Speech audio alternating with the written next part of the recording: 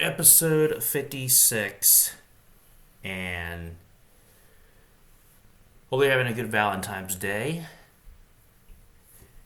I'm going to avoid the temptation on talking on that. I'm sure everyone's got a sermon and a talk on that one. But what I wanted to talk about was what is real victory? And I've probably done like this before, but I want to talk it from this vantage point. If you don't know, there's a nonprofit ministry for kids. It's called Victory Boxing. If you're familiar, great. If not, it doesn't matter. The point is giving you the synoptic view. There was a pastor, Petey Tellez. So Petey Tellez. I'm going to read his look like his little intro here. Pastor Petey Tellez was born and raised in Honolulu, Hawaii. He served in the United States Air Force and Hawaii National Guard and holds degrees in Bible and leadership from Grace University and Southern Christian University. Southern Baptist, I bet. While stationed at Offutt Air Force Base in Nebraska, he encountered Jesus Christ in 1986, a moment that transformed his life and led him into full-time ministry. In 2001, Petey planted Hope Community Church in South Omaha, where he served as a senior pastor for 18 years. He now lives in Oahu, works at FedEx Express at Honolulu International Airport, and continues to serve at Inspired Church Calliope with special events, youth, and young adults. PD has been married to his wife Desiree for 40 years. They have 4 children, all serving in the ministry, and 12 grandchildren. His heart is to love God, love people, and help others experience a full and fruitful life in Jesus Christ through authentic Christian community. Now, what I want... There's the last name, Perales. There we go. Reverend Servano Perales. Coach, or should I say founder of Victory Boxing. Now, I went to their banquet. It was hosted at the church, their 14th annual one. But here's what I want you to recognize from that short little excerpt that wasn't explained in this pamphlet. So, not to get into the man's whole backstory or testimony, but here's what you need to recognize. Why is this guy referenced, and what is his connection to Victory Boxing, and what does that have to do with my talk? This man believed and invested in Victory Boxing. You have to really ask yourself the question, and I think I'll title this the Unknown Usher. The Unknown Usher, and a side topic would be, or a subtopic, pass the ball.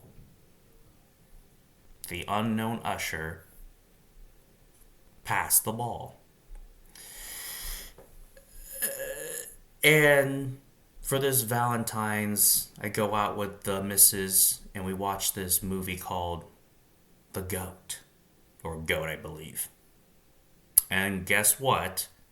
The very thing necessary for their victory, these animals playing basketball, their MVP star that has an ego, it's funny how that is. Usually the most effective people or anointed people are anointed in both ways. You're very effective, but you're also very... there's a tendency of being susceptible to greater vices. And this, what you want to call Black Panther, she's got talent. Unfortunately, she's got an ego. She doesn't want to pass the ball. So it's kind of funny. It makes you wonder, what's the real reason they can't win the game? Is it because she's old? She's washed up? No, she just doesn't pass the ball.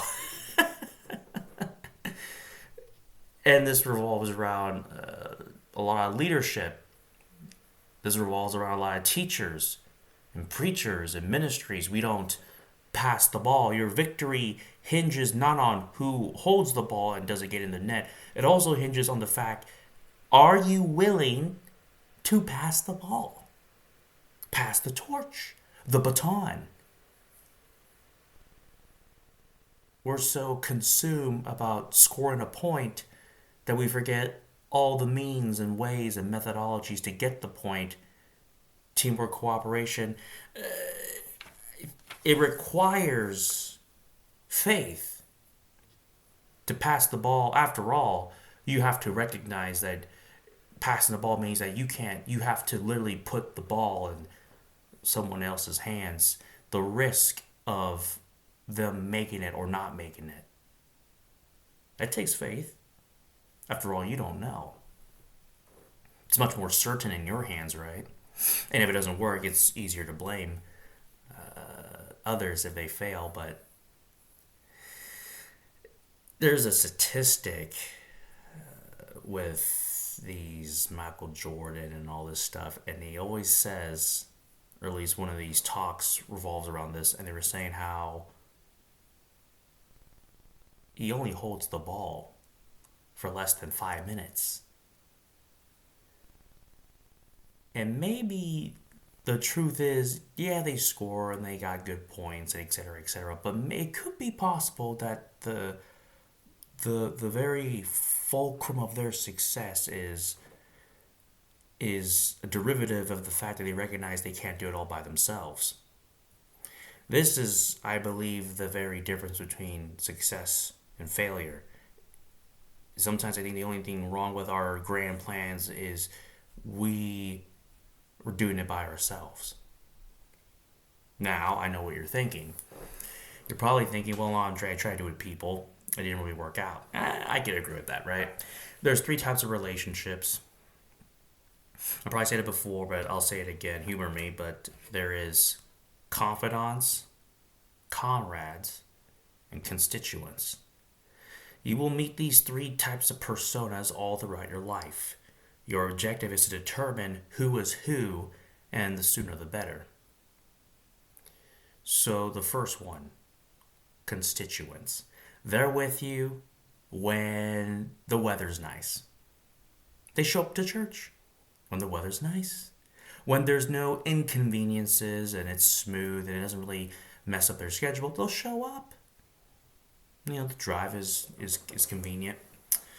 Then we have comrades. These are individuals that are with you because of what you're up against. Maybe there was like an event, maybe there was a cause, and everyone shows up. They didn't show up for you, they showed up for the cause, the event that got them there. You just happen to be in the same trenches with them. But then there are confidants. These individuals are with you. You'll see these characters throughout the Bible. You have David and Jonathan, or Naomi and, oh boy, I forgot the other girl's name. I forgive me for that. But the point, not Orpah. Orpah left. Naomi and Ruth, that kind of relationship. There are people that no matter what happens, they will stick with you. You can't blow them out with a stick of dynamite. But then there are those that you can't keep them with you even if you use super glue. So you got to discern who's who. Why did I bring up all this context? Because the origin for Victory Boxing's birth, this 14th annual, well, let me read it now. I said 14, yeah, 14 annual, I thought I butchered that, was 12. Their 14th annual banquet. I think it's been around longer than that, they just did banquets now. Is a direct result of the relationships they have and the people they met along the way who support their ministry. It reminds me of the story in the book of, I believe it's Numbers, actually. In Numbers chapter, is it 11 or 7? Anyway, in the book of Numbers, they talk about Moses sends out 12 spies into the promised land. You know the story. He comes back, 10 of them give an evil report except Joshua and Caleb. And they get back a good report. So 10 out of 12, that's like a 13% ratio, probably less than 10%. And they bring back grapes. What's nice about this story is there's 2 things about encouragement. The first thing is you don't need everyone to agree with you to get it done. So I would say that if you intend to change the world, you don't ask for permission. You don't need everyone to agree with you to change the world. I know that sounds far fetched or perhaps not even believable, but you don't have to believe me. You just have to look at recent history and you can see if my statement holds true. All these origin stories of businesses and successes, and in this case, Victory Boxing. I'll just use that one as a little bit more relatable, right? I think the problem is it's easy to believe it in others and not really believe it for ourselves because we don't really get to hear the nitty gritty details of these things' origin. So it's easy to assume that their success is a derivative result of the fact that all the pieces fell into place and everyone supported them and everyone worked out for them. So Servano Perales, what's cool about his story is that he went to prison, served time, found God, found Jesus. But here's the best part: pass the ball. This Pastor Petey Tellez, off at Air Force Base. Once he got off it, he couldn't get off it, right? He's now in Bellevue. He meets Servano, and Servano tells him about his dream. And guess what Petey Tellez did? And I hope this gives us a way to recognize his importance. He believes in him. Maybe it's foolish. After all, I'm sure he has many big dreams and ambitions over his years of ministry and all types of characters. It's easy to get jaded in that position of pastor, right? All the faces that come and go, all the people that said and didn't do. And yet he chose to believe without even seeing it. He still went all in. He bet on this guy. He was in prison. And here it is, present day, helping out youth get off the street. Hopefully, this gives you a hope or perhaps some imagination of what you can do in your own life or for the lives of others. In the movie Goat, his mother believes in this character, the main protagonist. There's something about when someone believes in you, they don't forget that. It's a very rare event.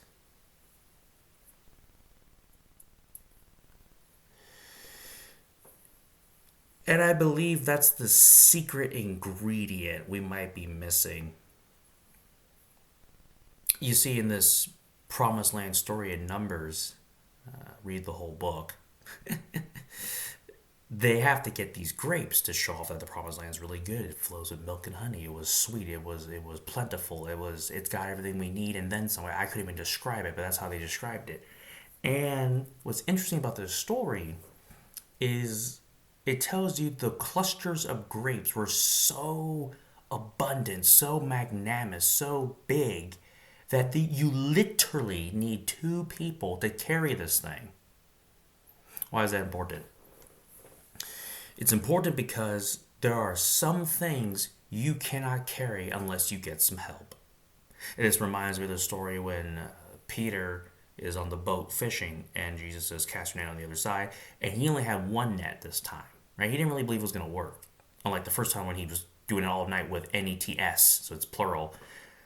And he humors this random rabbi. And he catches a multitude of fish, and the net was breaking. And he asked for help from other people to get the bounty, this magnitude of fish. There are some blessings that you can't fully receive unless you got people to help you. Now, I know if you're like me, you probably think, Andre, there are some people that I wanted to, they didn't want to cooperate, etc., etc. This is ridiculous. Now, to the story of Numbers, Caleb, and Joshua, it's important to note that they didn't get the full support of the 10. It's 2 versus 10. That's a 2 to 10 majority rules. But in this case, majority did not outright their courage. If you find one courageous person, you don't need a lot of people, just the right people. A few right people can make all the difference. After all, you can look at Jesus Christ's story, he has 12 disciples and talked about his leadership. That man has 12 disciples. They were all interesting characters, and they spread the gospel. And he did that in 3 years. He didn't stay for 30 years. He didn't stay for 3 months. He stayed for 3 years. And perhaps I'm focusing too much on the chronos aspect of the time, but there's something to be said that he didn't just chill there the whole time. Because he got crucified, but now he got the Holy Ghost. But the point is, he literally, during the middle of his ministry, he tells them to go. I have given you authority. Go, cast out demons, and perform miracles. The disciple says, you want us to do what? Yeah. Ain't that something? That's crazy, right? We can't even get people to do mission trips without forking over $2,000 and some change. And this guy straight up tells you, go and do what I just did. Now, I say, I would have, you know how many people say, I need to get my degree, I need to get my diploma, I need to do this and that, and then maybe I can, maybe I can just heal someone's arthritis or something, right? I don't know about casting out demons. He passed the ball.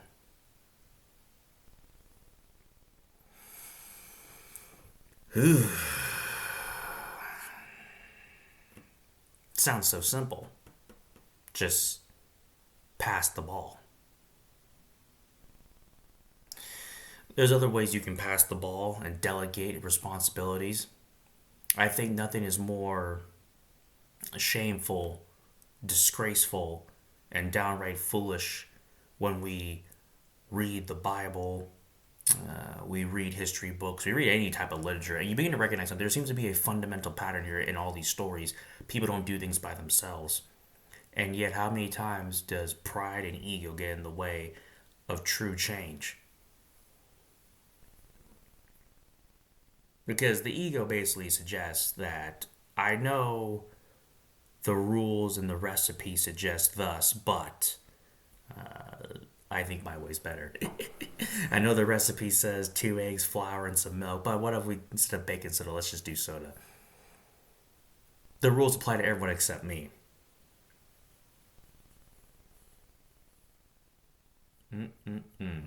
You're probably wondering, well, Andre, that was quite the interesting tangent for 18 minutes. Why you titled this The Unknown Usher? Because I believe the next move of God, the next big thing is a little thing.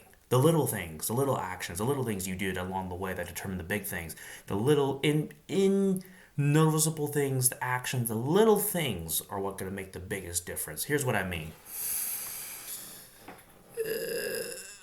A warning to anyone in a position of leadership, or even now, you don't need to be, technically when you get saved, you all have a ministry now. I say, raise your hand if you have a ministry. That's a trick question. If you gave your life to Christ, got news for you. Everyone, you're a pastor. Don't let the degree fool you. I want to encourage you right now. You got a ministry. I remember one girl. She says, "Oh, I don't do any of that stuff." I was like, "What do you do for work?" She's like, "I'm a hairstylist." I was like, "How long have you been doing it?" 20 years. I said, "Well, guess what? You talk about Jesus or encourage people while you cut their hair? Yeah. Well, guess what? You don't need the collar. You've already been doing it. Don't let the clothes fool you." Also, this is good because if we put all the burden on pastors, then you've missed the point. Well, in that case, all hell broke loose during COVID, right? I mean, I don't know how you got anything done. So why am I calling this The Unknown Usher? You're probably familiar with the story or the character known as Billy Graham, iconic man of God. There's not much to say. Listen to some of his sermons, right? Brought a lot of people to Christ. But that begs the question, who was Billy that he looked up to? I probably talked about this before in passing, but to revolve around this topic, it is said that Billy went to a church with his friend, and they were just joshing around. Eventually, an unknown usher sees these two kids and tells him, hey, I'll find you a seat. Finds him a seat at the front row, gets them there, they get saved, and now here we are, present day. So here's my point. Everyone looks to Billy, but no one looks to the usher. No one knows who this usher is, but here's my point. What if that usher didn't pass the ball? What if that usher would have just coasted? What if that usher would have just, it's just another Sunday. I'm going to sit by this door and coast and get on my phone. I don't even think they had cell phones at that time. Praise God. Here's my point. He's been doing that God knows how long. But that moment right there made all the difference. I think it's very dangerous if we get to a point where we start forgetting that everything we do matters. Everything. It's very easy. And here's the funny part.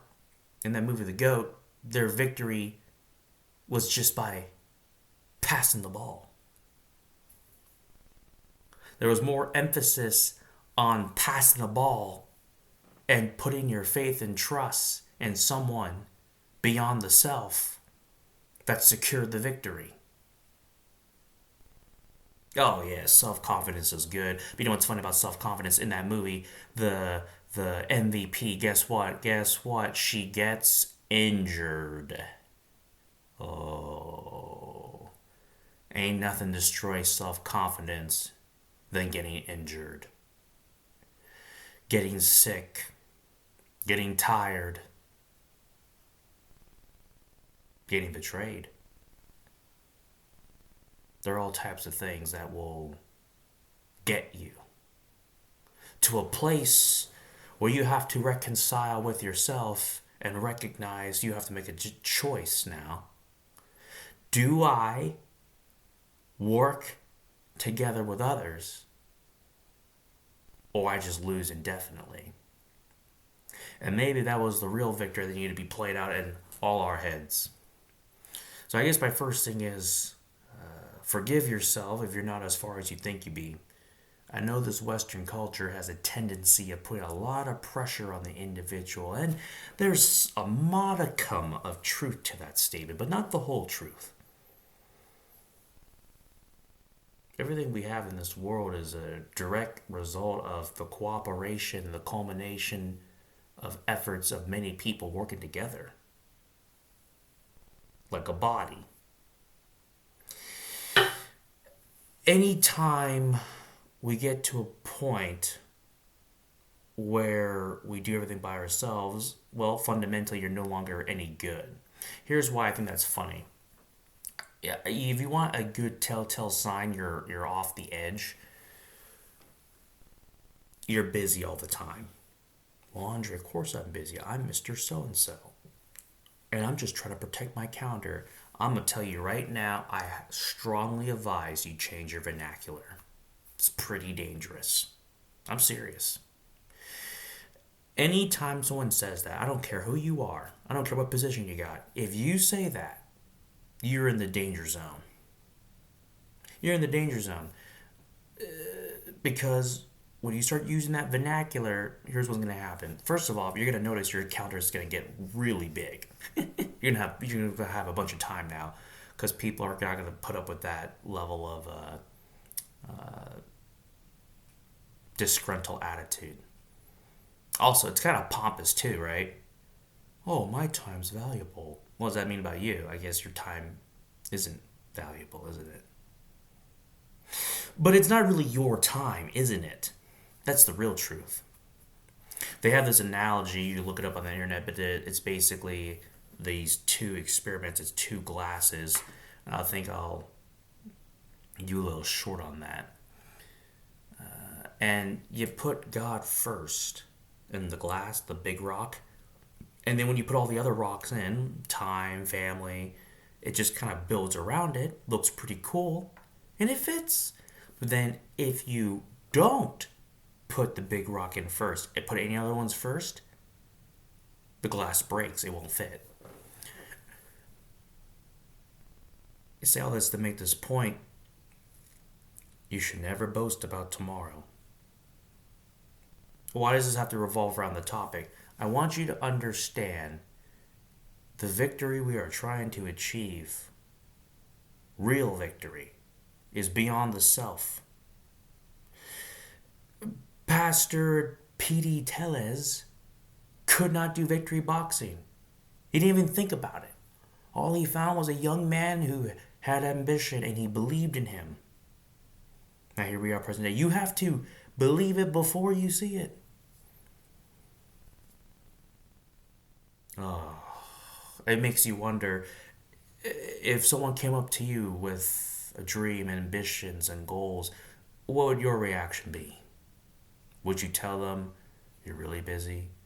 Could you do what this Pastor P.D. Tellez would have done? Would you have been the usher who saw those two kids and said, you know what, I'm going to get them a seat? I don't know what your story is, but ultimately we'll have to make a choice just like that in the near future.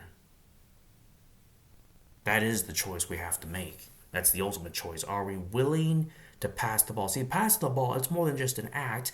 It's a mentality. The mentality of recognizing in your own mind, I cannot do this by myself. But that requires you to die to the self. That requires self-sacrifice. It requires self-reflection. It requires humility. Humility before honor.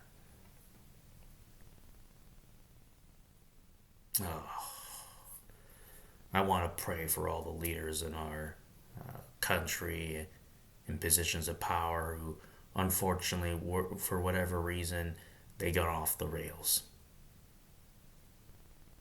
They're more concerned about looking right than actually being right.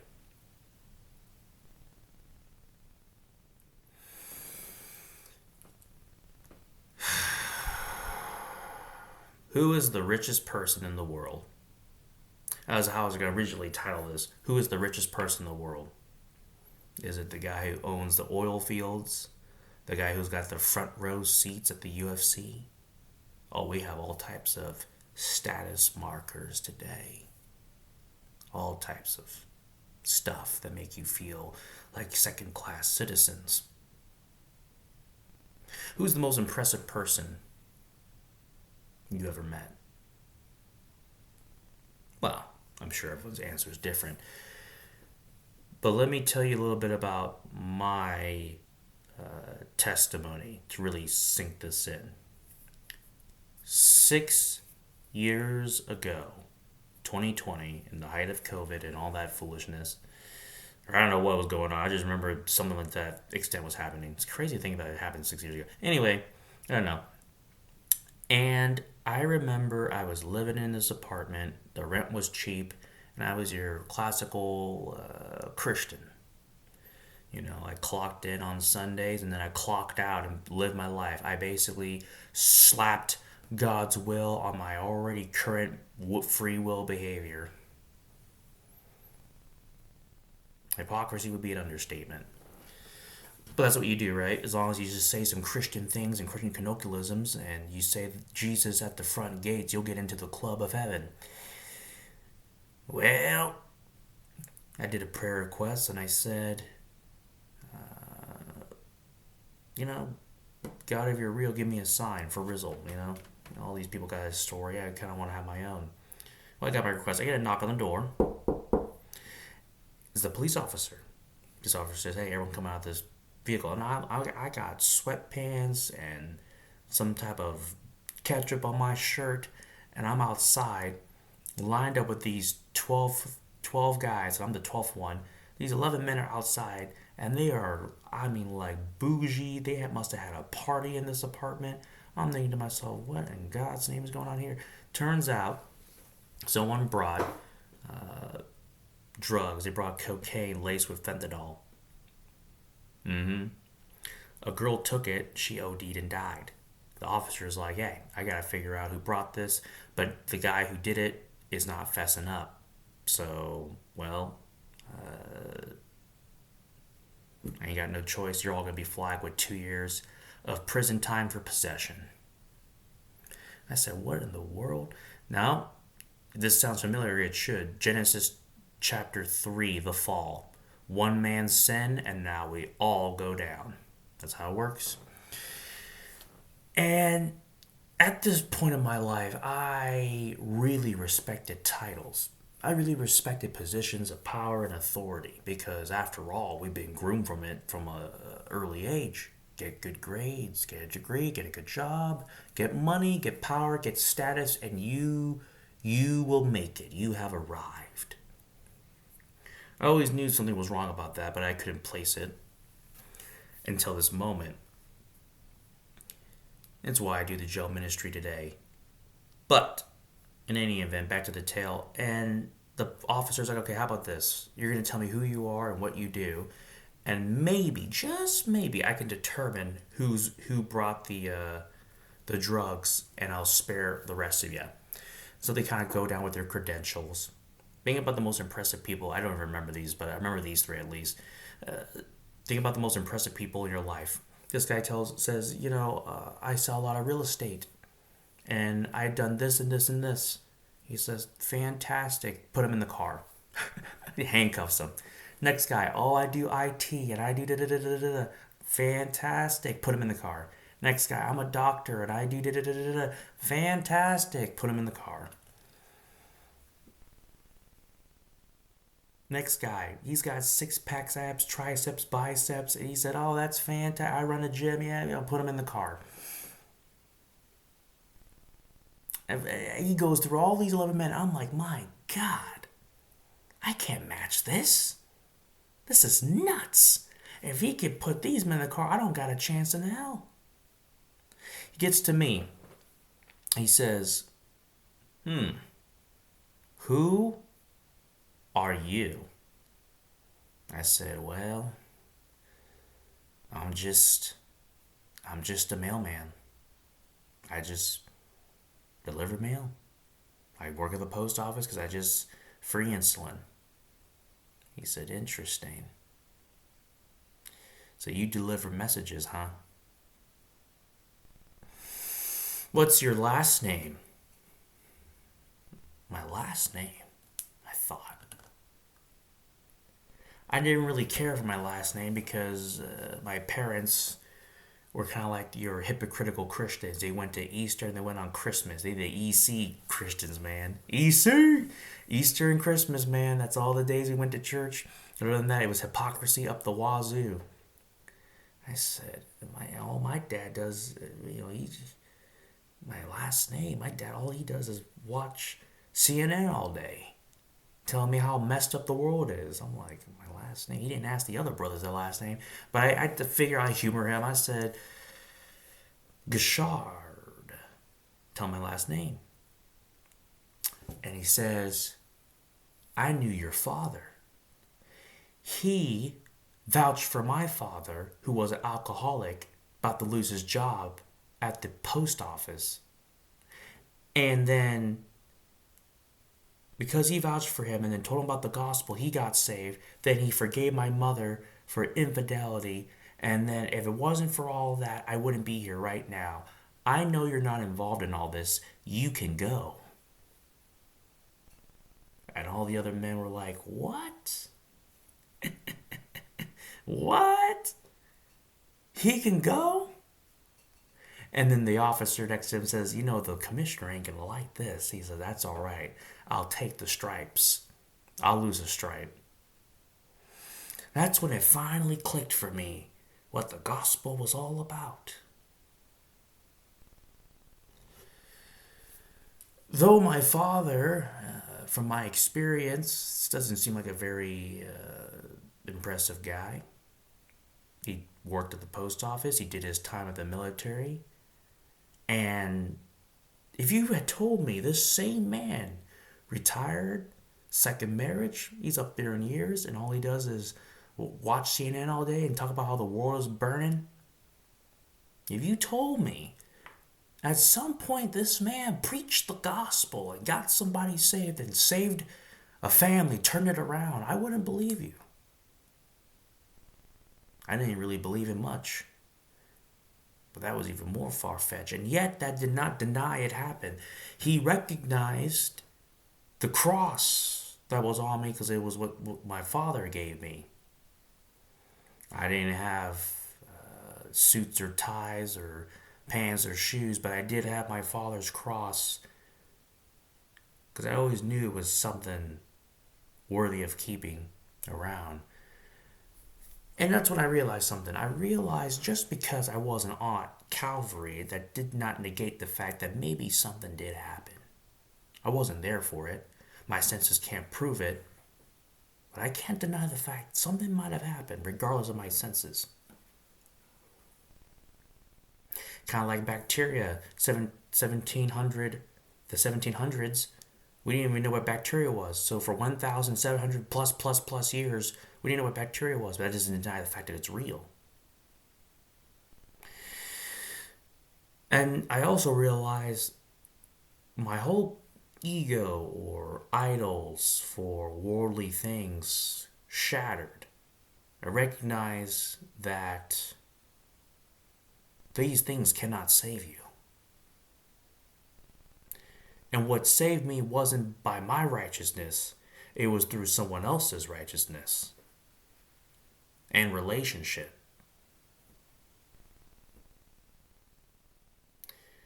The Unknown Usher.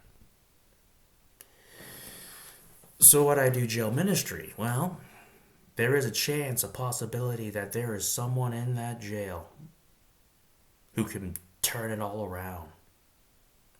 Who knows? Who knows? And perhaps that is the expectation that we need to have with every encounter. The gravity. But it's easy to not think like that, because by not thinking like that, it's easy to coast. It's easy to just say, it doesn't matter. But what if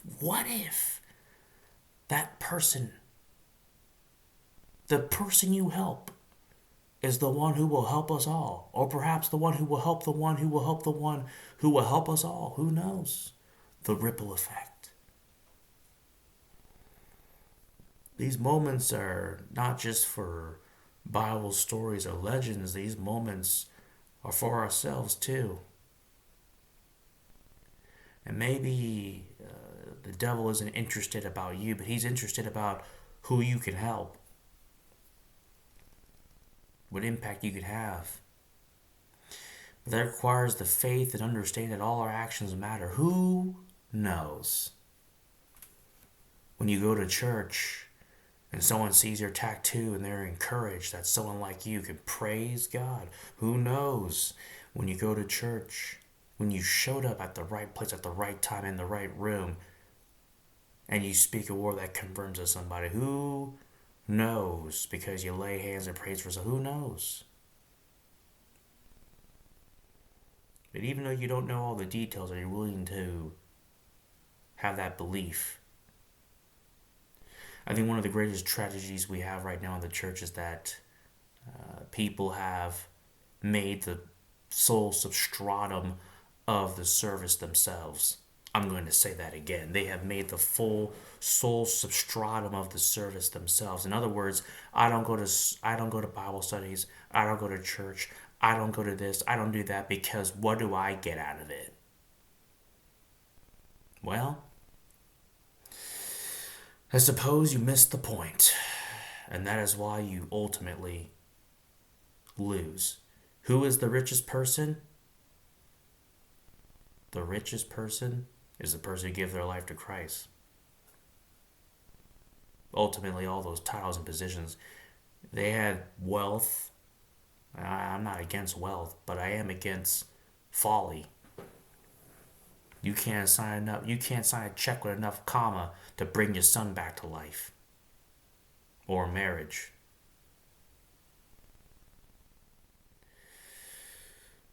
Or time. I guess I just want people to understand what's really important. This unknown usher ushered in hope for so many others. And I think the best part is the usher didn't care about being known. I think we need to make a statue out of this guy. But there's something to be said about faithfulness. That's a quality. Justice, mercy, faithfulness. Faithfulness basically means that you're committed, but you're not just committed, you are diligently doing it. And you have the emotions to back. Because there's people who are committed. They show up every day to work, but their faces don't work. Pray for them. They're committed in all the wrong things. That's not faithful. So that's the problem about commitment. You could be committed to the wrong things. Faithfulness suggests a different type of commitment. A good faith in the right things.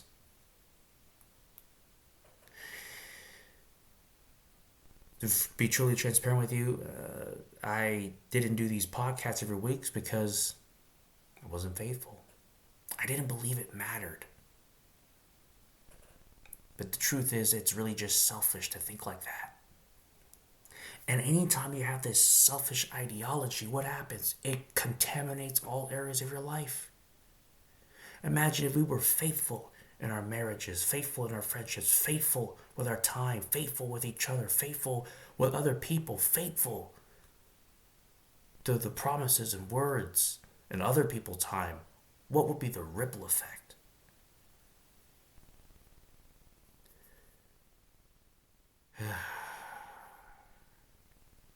It's easy to do it because, after all, everyone else around us is doing it. Everyone else, there's no shortage of, don't get me started with pastors, but there's no shortage of people who can tell you secular things.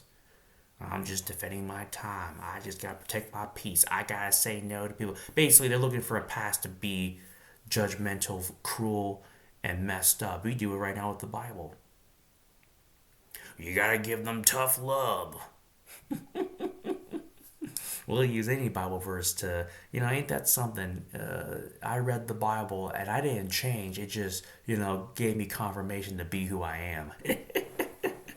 I read a self-help book. I didn't change. I just read it because it just affirms who I could, because I already arrived. Pass the ball. Are you willing to pass the ball? Or are you only willing to pass excuses to justify your inability to do what needs to be done to achieve victory? I'm asking that you, when you wake up tomorrow, that you look at things differently, beyond the self, and be selfish. That's why the Bible says that the man who gives his life keeps it, and those who try to keep it lose it. I don't think the Lord is interested in individuals who just want to help themselves. He probably wants to bless someone who's willing to bless others. And maybe it could be possible, but everything you experience has been getting you ready for what you will experience. So then you won't be conceited, you won't be proud, you won't be self-grandizing. You'll recognize that your character has been so refined in these circumstances to the point of which where you will no longer be compromised by frivolous concerns or woes, contradictions, or other people's characters and commitment. You have to get to a point where you recognize that you don't need everyone to do what needs to be done. But you don't cast them out or discard them either. That you can walk forward and hold your hand out for anyone who wants to hold on to it. But you don't look back either. The future belongs to those who believe in it. And victory belongs to those who are willing to work with others to achieve it. Not compromise, but recognize who's truly willing to walk all the way with you. It won't be easy to find them, but it is necessary. It is important. It's something only you can do. It's a path only you can walk, and a victory only we can achieve. You have your own unknown usher to be, and your story continues. I'll catch you next time. Deuces.